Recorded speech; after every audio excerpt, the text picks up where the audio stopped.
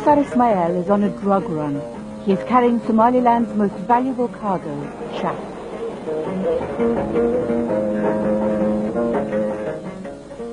This is the fastest chat driver in the land. He stops for no one and nothing. Last week an old woman got in his way. She just about survived. Today the race is tight. The first truck to reach market will get the highest prices.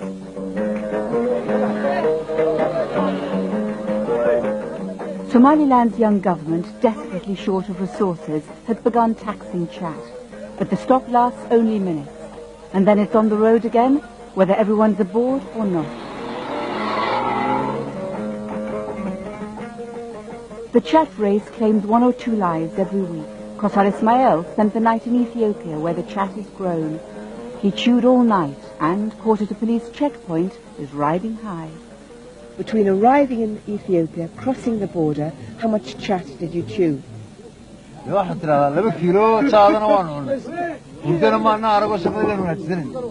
What do you feel like when you've eaten a kilo of chat?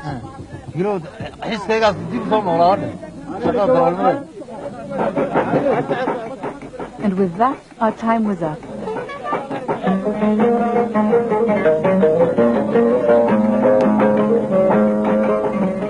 This man earns more in a day than most people make in a month. Kosar arrives in the capital Hargeisa in less than an hour. First again, there's already a crowd waiting, hanging on the arrival of the harmless-looking green leaves that are in reality a powerful stimulant. Chat is the biggest business there is in Somaliland, and the first truckload of the day is guaranteed to sell out in minutes. The man who has brought the first truck says he feels like a king. Chat drains Somaliland of about $200,000 hard currency a day, a third of the country's annual health budget. Economically, chat is a catastrophe.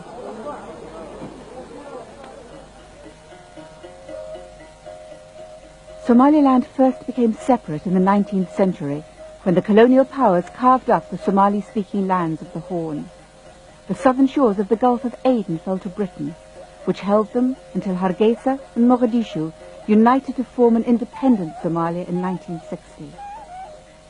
5 years ago, Somaliland reasserted its independence, devastated by a genocidal civil war. Today, much of Hargeisa still looks like this, pulverized by Mogadishu's tanks and planes. Tens of thousands died in a decade of war. Hundreds of thousands fled towards Ethiopia, where they found some consolation in chewing chat. For the rebels in the bush, chat became like daily bread. Yusuf Gabube, leader of the War Veterans Association, took us to meet some of his former comrades, who explained how chat helped them in the war.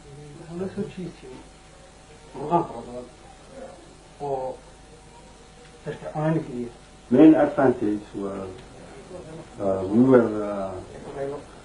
we used to become very alert when we chew chat. We used to walk longer distances, and also it was a kind of a stimulant for us to be more active.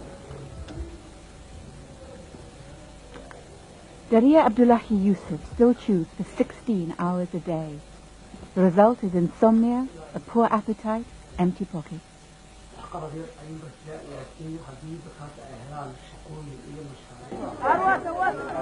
I went with Yusuf to talk to some of the women who have been compelled to become breadwinners, even though it means selling the very thing that has forced them onto the streets in the first place. Does she like selling chat, Yusuf? Is she happy to be selling it?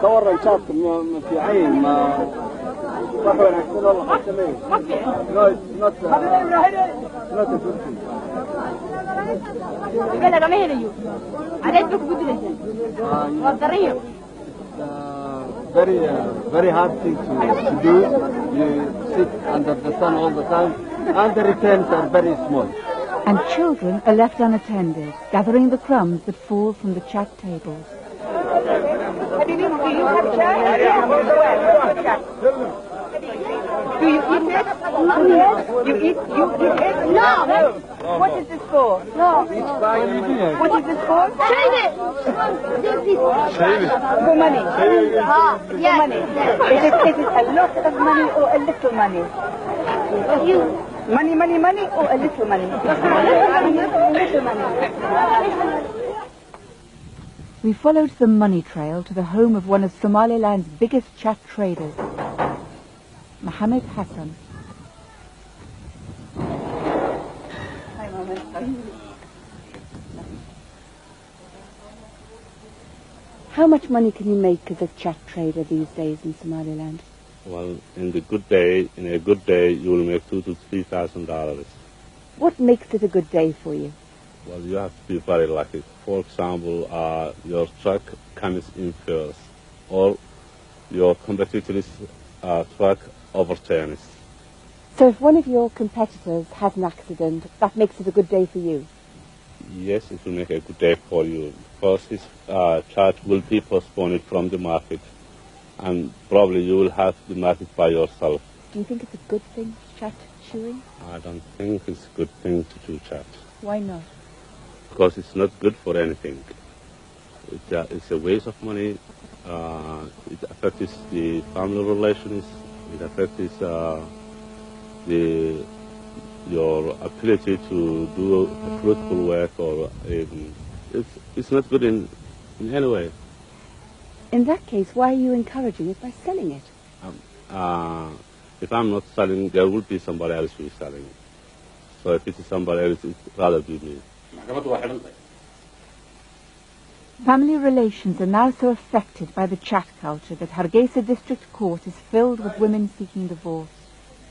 The international community may be fickle, but chat is a faithful mistress.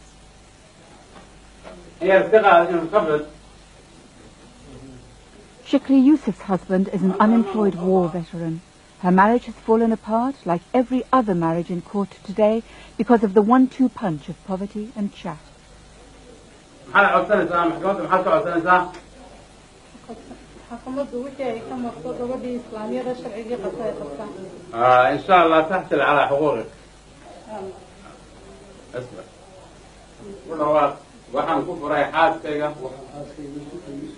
with that, another bond was broken.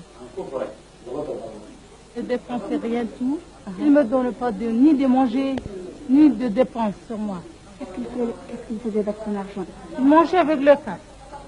Il mangeait beaucoup de cas? Bien sûr. Lorsqu'il mange le cas, il ne dormait pas toute la nuit. Il venait vers 3h minuit. Mais moi, je dormais. Je ne savais même pas si j'avais une mari ou pas.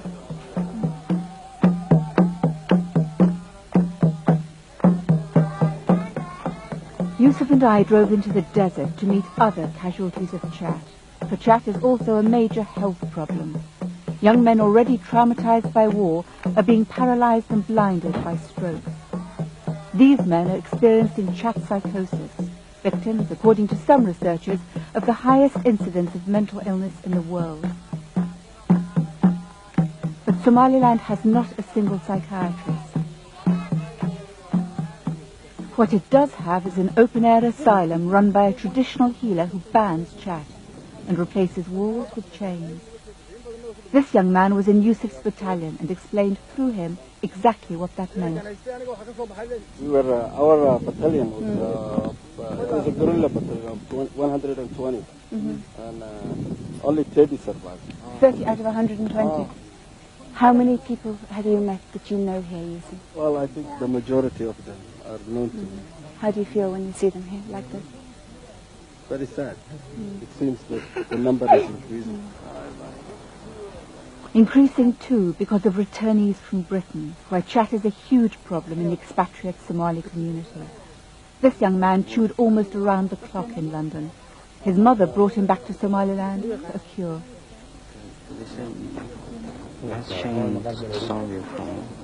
Do you think the chains solve your problem? No. Not? But not just chains, whips too, meant to exorcise the devils that they say have possessed him since he chewed. Right. Does it hurt? Does it hurt when I touch it? It's grim, but it's all there is.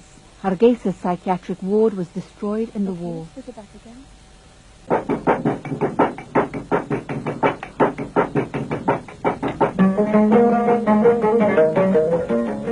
But if Somaliland is growing stronger, so too is Chad. It's no longer just trucks that transport the drug. As security increases, planes are ferrying it to far-flung corners of the country, to villages and rangelands where the leaves are entirely new. Bundle after bundle piles up problems masquerading as pleasure, tipping Somaliland's wings every step of the way.